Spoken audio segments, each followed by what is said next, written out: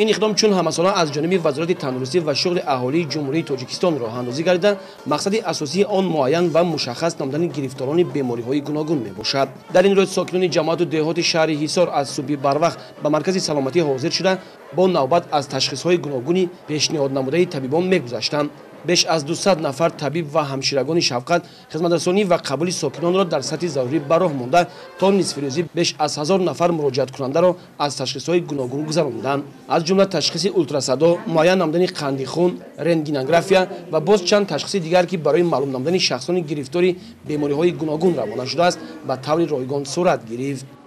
با مقصد پیشگیری بیمارشوی اهالی و بلند برداشتن فرهنگ طبی جامعه و نظرداشت برگزاری همساله روز عمومی جهانی تندرستی در دایره تطبیق هدفهای بنیادی دورنمای پیشگیری و نظارت بیماری‌های غیر سرایتی و آسیب برداری در جمهوری تاجیکستان برای سالهای 2013-2023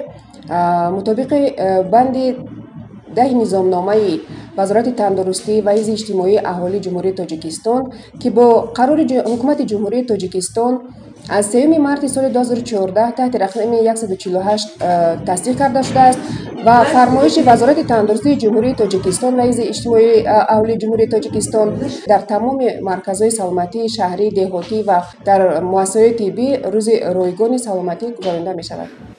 جالبین مذکور جهت سالمی اهالی روانه شده همزمان امکان فراهم می آورد که تا نفرانی به بیماری‌های گوناگون گرفتار شده پی توبت خود چاراندشی نمایند. سالهای آخر حکومت جمهوری تاجیکستان چنین اقدام‌های نیک را پیوسته عملی می نماید، زیرا صحت اهالی این بایگری دولت به حساب می رود.